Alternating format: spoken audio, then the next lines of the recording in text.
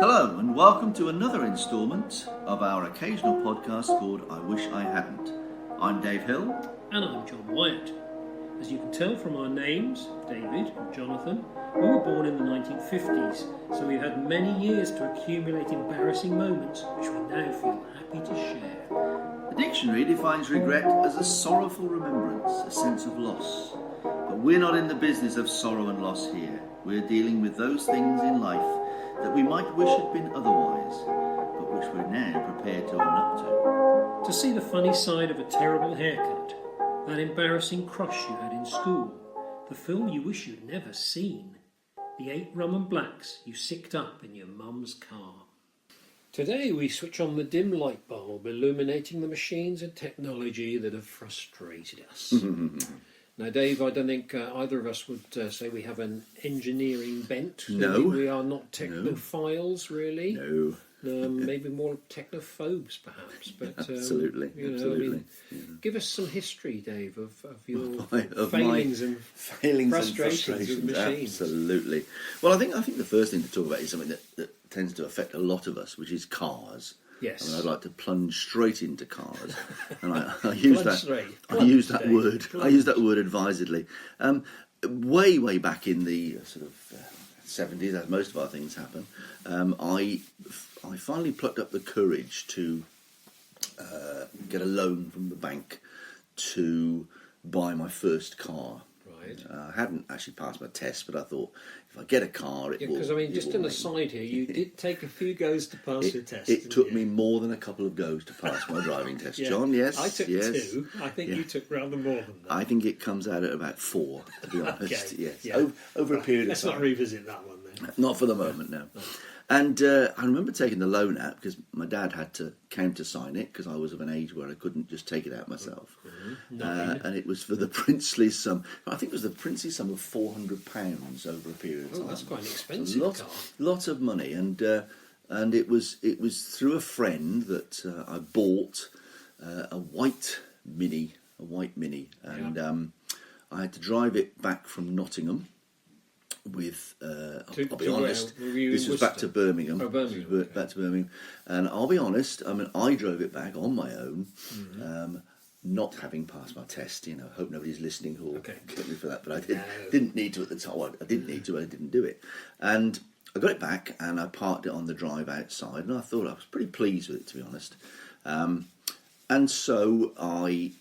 Literally, I'd had a radio cassette put in because it didn't have a radio cassette, which I bought myself. Parked it on the drive, and I thought the next morning, it was a Saturday morning, I thought, I'd like a look under this car, you know, to be a little bit mechanically minded. I had not a clue what I'd be looking for, but I thought, to make sure it has an underside. I'll just jack it up and see what it looks like underneath. So I got the jack out of the boot and put it underneath and started to wind it up, and when it got to the metal, it didn't stop. Basically, it went straight through the sills and up into the floor pan. Right. Where I thought, well, that's a good start. Better not do that again. No. And this particular, once I'd managed to extricate the jack from it, I thought, well, it'll still go okay. It might not be as safe as it was, but so it was obviously full of rust. And so I then drove it for a little while, not for very long really, but before I'd got a bit, I thought, well, this isn't it's a bit of a waste of money. Had you passed your test by this No, certainly not. No, I was still occasionally. Lawless devil. I had a friend who would come round who'd passed their test who would sit with me when I drove it to school and back sometimes. Right, yeah. And I'd had a nice radio cassette in it, and I eventually decided to sell it.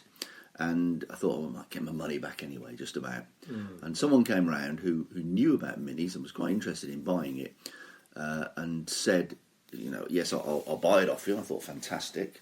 And I said, oh, by the way, I'm going to take the radio cassette out because I quite like the radio cassette. At which point the person said, well, in that case, I can only give you half the money that I was offering you because the radio cassette was worth half the price of the car. It was such a wreck. Yeah. But so that wasn't my most. Had the person who sold you this Mini seen you coming, do you think? I think they saw me coming from a great distance and rubbed their hands together and thought, fantastic, I can get this heap of junk off my hands. Well, my first car was a Mini. Unfortunately, that was stolen. Oh, right, yes. And so I bought another one. And that's really one of the cars that I wished I hadn't bought, because it was just like a money drain. Yeah. There was, just so many things wrong with it, and it kept going on. I mean, in those days, when you drove a car, I kind of expected to break down every journey. Yes, you did. You were constantly sniffing for burning smells and listening for knocks and grindings, and I broke down so many times. But that particular Mini, which was purple, I eventually sold to my brother, and he got rid of it. But he said that whenever he saw it afterwards, he instinctively reached for his wallet. I think we tended to buy. Well, we couldn't afford any more than old heaps in those days, could we? So No. that's what you tended to buy. Exactly. And as you say, you knew that it would eventually take all your money. Yeah. I remember.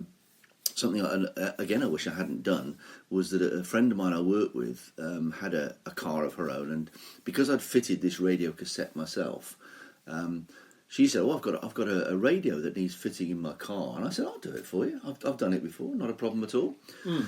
So I turned up in the one morning, and I'd raided through my box of wires and things to find some wire to link it all up, electrical wire. Now, I didn't really know much about the different qualities and the different types of wire there were, so there was a piece of wire. I thought I'd use that, so I fitted it with this wire, and she was very pleased with it, and it worked. We heard it work, and then I saw that at work a few days later, and she said, "That radio you fitted for me." She said, "Did you use the right wire?" I said, "What do you mean by right wire?" She said, "Well, as I was driving along, smoke started to come from the wire, because whatever it was, it was too much power going through it. It was heating up, and the plastic on the outside was melting. Luckily, it didn't burst into flames." So that was my last time. But in those days, something. it was possible. I mean, I remember doing oil changes on cars. I never do anything with a car now. Way too sophisticated, aren't they? I mean, generally fixing things, I am pretty inept, and I can think of electrical things I've tried to do in houses that I wish I hadn't done, because normally it then blows the fuses and causes way more damage than I always eventually thought to myself, it's just going to be better to pay somebody to do this, where they won't foul it up. Yeah. I mean, I'll probably electrocute myself anyway, even if I didn't, short everything in the house. Yes, I'm not that sort of DIY orientated at all, and in fact, everything that certainly to do with cars, and often in the home as well, are areas that I don't particularly like to approach, because I know that I'll mess it up, basically. Yeah, I know. I mean, basically, if it couldn't be sort of glued or nailed to together, then it was beyond me, really. Yeah. I mean, I did in one house I was in, decide that I wanted to put up some shelving in order to put my stereo, my record deck, and my amplifier and speakers on. Well, actually the speakers weren't, it was just those two parts of it. And being not practically minded, the thought of going out and buying some raw plugs was no, I didn't want to do it. So I'd seen somewhere that you could substitute raw plugs with matchsticks. I seem to remember you telling me that you could use a matchstick. Indeed, yes. So I actually put thick matchsticks. I'm sure they should have been, but they weren't. And once I put this shelf up and used matchsticks for instead of raw plugs, I did put the record deck and the amplifier on it, and for a few days it was absolutely fine. Until one day, sitting there listening to a record being played, there was an almighty crash as the whole lot came down and banged, just went on the floor. Luckily, nothing was damaged, but should have been, should have spent the 50p on a set of raw plugs. I mean, this is a general guiding thing, isn't it? I mean, I wish I hadn't bought cheap. Or tried to shortcut. I mean, how many times do you think, "Oh, that looks like a bargain, I'll buy that," or any kind of white goods around the house, you see a cheap fridge, you see a cheap iron or something like that, but it's rubbish. Well, there are the top quality ones that you see, and you think, oh, I can't afford that. Yeah. Is there a cheaper version? Yeah. And as you say, white goods, and as you also said, irons. Irons are a prime example, aren't they? Yeah, exactly. You buy a cheap iron, then it lasts about 5 minutes, and then you just go buy another cheap one. And by the time you've bought 5 irons, you could have bought the good one in the first place. I mean, I've got a microwave that is a good microwave. I've had it for about 40 years. Yes, and it just does what it's supposed to do, and it still works. Indeed. Does it have settings for gruel and stuff like that on it? That's right. Yeah, it does. Yeah, you have to wind it up to get it going. Yes, yeah. But yeah, I mean, it just shows that if you buy good stuff, but it took me years and years and years to learn that, that you just don't buy cheap. And of course, we are that generation, with things like phones and modern technology, which and computers, which we didn't. No, we had to teach ourselves. I mean, I still read manuals for everything. I mean, I look on the manual as an optional extra. Do you? When I'm putting something together, I've got to be honest. Yeah, it's there. I'll open it. Look at the first page. Look at the contents page. Yeah. Look at the bits that are supposed to be part of it, and then think I can do this. I normally go straight to the Arabic translation and just play it from there. But I mean, anybody young just picks out a new phone and just finds their way around it, don't they? Yes, absolutely. Yes. I mean, I always believe that you read things and then apply them. Yeah, well, but so I can't say that's ever done me too wrong. But I've never understood really. I mean, I watch young people, as we say, with their phones texting, and I see them with their thumbs flying over the keyboard. Yeah. I've tried using my thumbs, and it's hopeless, absolutely hopeless. I still hold the phone in one hand and use my forefinger to gradually type out the words for the text because it's. I don't understand how people do it with their thumbs. Yeah, it's beyond me. I wish I could be more trusting of technology. Really, I because I know I'm not technologically minded. And I wish I had been more. Really. Yes. What is the most useless piece of machinery you've ever bought? Can you the most useless piece of machinery I did, but I've had a number of drills leading from hand drills as the ones where you wind the thing round, which you used to use in woodwork lessons, to ones with a lead, to ones that are battery operated, and I did buy surprisingly a cheap battery operated drill. Yeah, me too. And I can remember trying to use it to put together some wardrobes, and you had to obviously put the screws into the wood into the holes and then screw it up. And I can remember starting this off, and the first 2 screws went in absolutely fine. It's brilliant, this.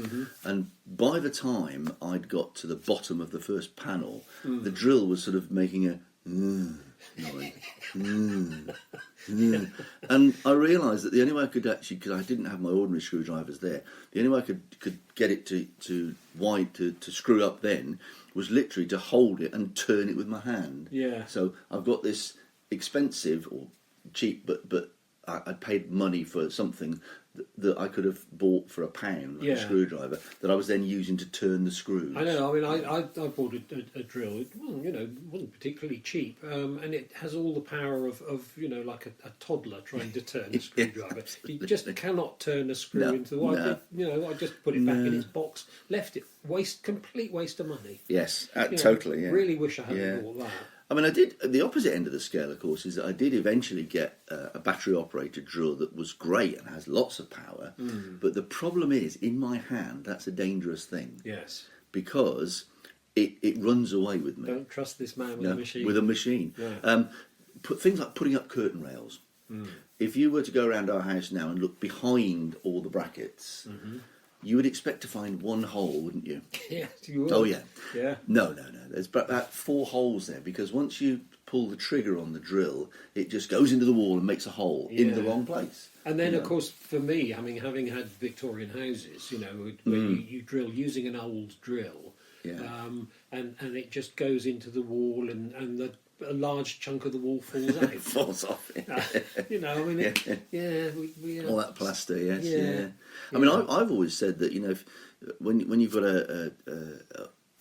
we want to put a curtain rail up, and there's a metal or a stone lintel above it that's hidden by the plasterwork. Just give me a drill and ask me to put a curtain pole up, because the first hole I drill will find the metal lintel that won't go through. Yeah. Oh, water pipes and things like that. Drilling into water pipes. Yeah. When I went abroad to live for a year, and another couple came and lived in my house. They wanted to put a picture up on one of the walls, and I had put some pictures up myself at various times. And before I'd gone, I'd put another nail in the wall to put something up, and then sort of left it there, not worried about it. But I remember them telling me afterwards. They said, "Well, that nail in the wall over there, we used to call the hot nail. We called it the hot nail because it was obviously connected to electricity cable by me hammering it in." Yeah. And the chap said, "I went to put something up," he said, and it just, a tingle went through my fingers straight away as soon as I touched it. Yeah. So I decided not to use that one and not to put anything on that wall at all, because of the possibility of being thrown across the room by hanging a picture. Just as I've always had a weakness for buying cheap items that are useless, I've also had a weakness for buying kind of gadgetry, which I think sounds like a good labour-saving device, Yes. and it really is. I have bought a thing that is supposed to be able to detect electric cables and things in your wall. Well, that's it doesn't. It doesn't at all. I've used it. I think it's safe to drill there. It isn't safe to drill there. It's a whole series of mistakes, really. I did want to. I mean, I wish I can say I wish I hadn't tried to drain a radiator. That was quite an interesting one. That brought a bit of technology in, because it was a wrench, and I didn't actually realise that. In my mind, once you turned the radiator off at the radiator, that was the stop of the water flowing. But of course it doesn't, because it's constantly actually flowing. You just turn that bit off, and I did undo the bolt, the nut on the radiator, and of course as the nut came away from it for me to try and drain it, water started pouring out everywhere, not just from the radiator but from the constant flow. And I was a little like the boy with his finger in the dike, because I had to sit there with my thumb over the hole where the water was coming out for quite a long time before someone was able to come and turn off the mains. It's a good job that was going through. Up, you'd still be there. Well, my wife phoned a plumber who, laughing, came along. Yeah, laughing plumber. Absolutely. And they really make you feel inadequate. Killing himself laughing as he did the turning off of the mains water, found it, and then, charged us a hefty bill for coming out. It was horrendous. Yeah. But I never did that again, I've got to be honest. We do sound spectacularly useless at inept. Don't we, really? Absolutely inept when it comes to things people, like that. People will probably listen to this and think, how have they survived this long in life? Why are they not electrocuted or drowned? Electrocuted, drowned, Yeah, fallen through a massive hole. Yeah, had cars fall on them or something. Yeah, it is astonishing. We're still surviving, really. Yes, I remember cutting through with a saw through some floorboards once, thinking, I'll cut through them so I can rearrange or move something. And once I'd cut through this floorboard, it dawned on me that there was no way I could attach it back to the joist that it was actually connected to. Yeah. So it really was a case of, right, you can walk on this floor for so long, but don't walk in that corner over there, because you'll find you'll sink down on it. That was in a previous house many years ago, I have to say. I've told the story of my brother who, he's not technically machinery, but he thought he would be helpful, and saw off the bottom of a door that was sticking on a carpet in his in-laws' house. And so he took the door off, sawed it off, put it back on again, and realised he'd sawed the top of the door. So there was a big gap, and it was still sticking on the carpet. Still sticking on the carpet. That's my kind of level of expertise. Doors are fun. I've tried that myself with one of these electric saws that again runs away in your hand. And fitting that door, I did do the bottom of the door, but you couldn't by any means of the imagination call the bottom line straight. No. It was a bit like a mountain range in the distance. You could see this undulating surface at the bottom. Yeah. So it just remained there to taunt you, didn't it? Every time, and every time you opened the door, you realise it was on the landing. So every time you came up the stairs, you came up eye level with the door that was badly fitted. The door you messed up. yes, this is your fault. Exactly. A witness to your incompetence. Yes, yeah. I mean, yes. So we covered cars, we covered saws, and all those things that we can't possibly use. Most things I can't use really. No, I mean, so what is the genie going to put right? The genie. Yes, what's she going to put right this time? I mean, I think actually I would like the genie to come along, and as I'm about to sign on the dotted line for my loan for this car that I bought in the first place, to actually say, no, Dave, no. That's right. I think that would suit me fine, not to have had that experience. And I think I could do without the purple Mini too. I mean, that would be and I would be far richer if I'd not done. So I wish I hadn't bought that. I can't even remember who I bought it from, but it was a mistake. You saw him laughing in the distance as you went away. Yeah, going away with my £100, which is what it cost. Yeah. Yes. Excellent. Right, Excellent. Well, so here's to the next time. Here's to the next time. Join us again.